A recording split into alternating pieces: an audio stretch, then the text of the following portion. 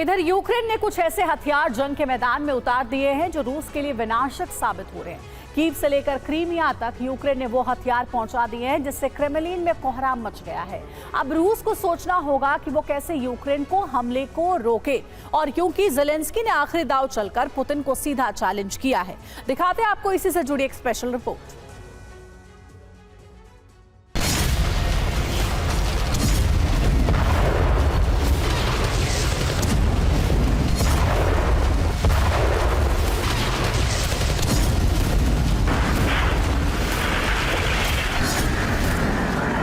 रूस चाहे जितना जोर लगा ले, लेकिन यूक्रेन को हरा पाना बेहद मुश्किल है। पिछले 22 महीने में ये बात पुतिन को समझ आ जानी चाहिए।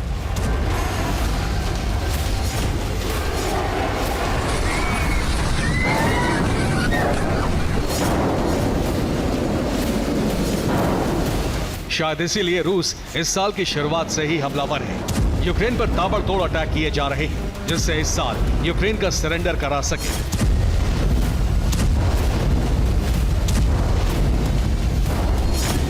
लेकिन ज़ेलेंस्की ने हार नहीं मानने की कसम खाई है और अब रूस के खिलाफ ज़ेलेंस्की ने नई रणनीति बनाने की तैयारी कर ली। गुरिल्ला नीति से हमले किए जा रहे हैं और साथ ही हथियारों को अपग्रेड करके और ज्यादा विध्वंसक बनाया जा रहा है। और ये उसी का असर है कि कई इलाकों में यूक्रेन ने रूस को जबरदस्त नुकसान पहुंचाया है। कई जगहों पर तो रूसी सैनिकों को खदेड़ दिया है और कई टैंकों को पूरी तरह तबाह कर दिया है। साल की पहली तारीख T-72 टैंक के लिए काल साबित हुई है और ये सब यूक्रेन की गुरिल्ला युद्ध नीति से मुमकिन हो रहा है।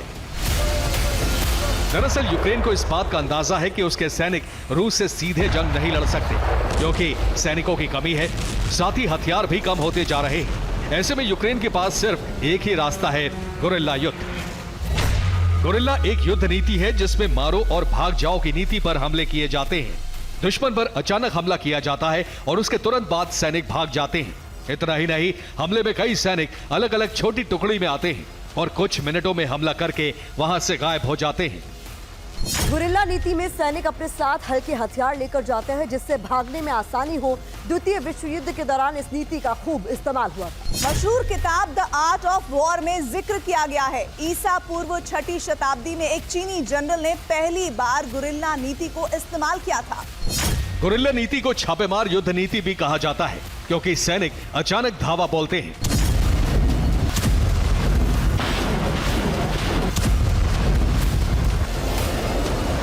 इसी तरह रूसी कब्जे वाले इलाके पर यूक्रेन अटैक कर रहा है। यूक्रेन ने कुछ वीडियो भी जारी किए हैं।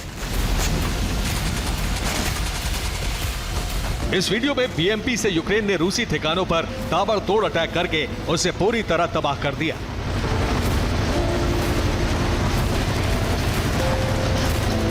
इस वीडियो में यूक्रेन की 14वीं रेजिमेंट ने रूसी बेस पर धावा बोला। हमले से पहले ड्रोन से डिफेंस सिस्टम, रॉकेट लॉन्चर को तबाह कर दिया। उसके बाद मिलिट्री व्हीकल को भी निशाना बनाया।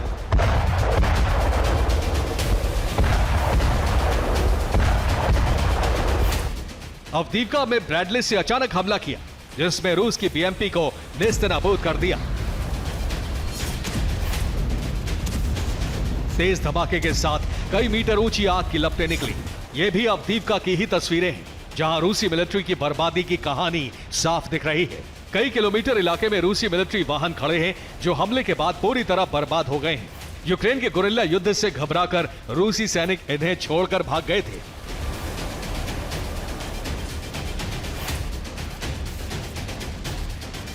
लुहांस्क में छापामार युद्ध से यूक्रेन ने रूस को काफी नुकसान पहुंचाया है। लुहांस्क के क्रिमिना में यूक्रेनी सैनिक रूस के T-72 टैंक के लिए काल बनकर आए।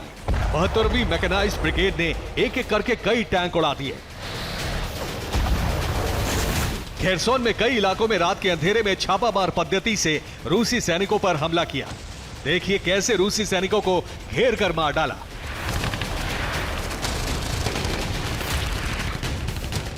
मारियुपोल में तो जंगल में घुसकर यूक्रेनी सैनिक रूसी ठिकानों पर हमला कर रहे हैं। इतना ही नहीं, रूसी हथियारों पर कब्जा करके उन्हीं से रूसी बेस पर अटैक कर रहे हैं। इसके अलावा यूक्रेन न सिर्फ रूसी हथियारों की क्लोनिंग कर रहा है, बल्कि अपने पुराने हथियारों को अपग्रेड करके उन्हें फ्यूचर वॉर के लिए तैयार कर रहा है, जिससे रूस के कब्जे वाले मंसूबे को रौंद सके।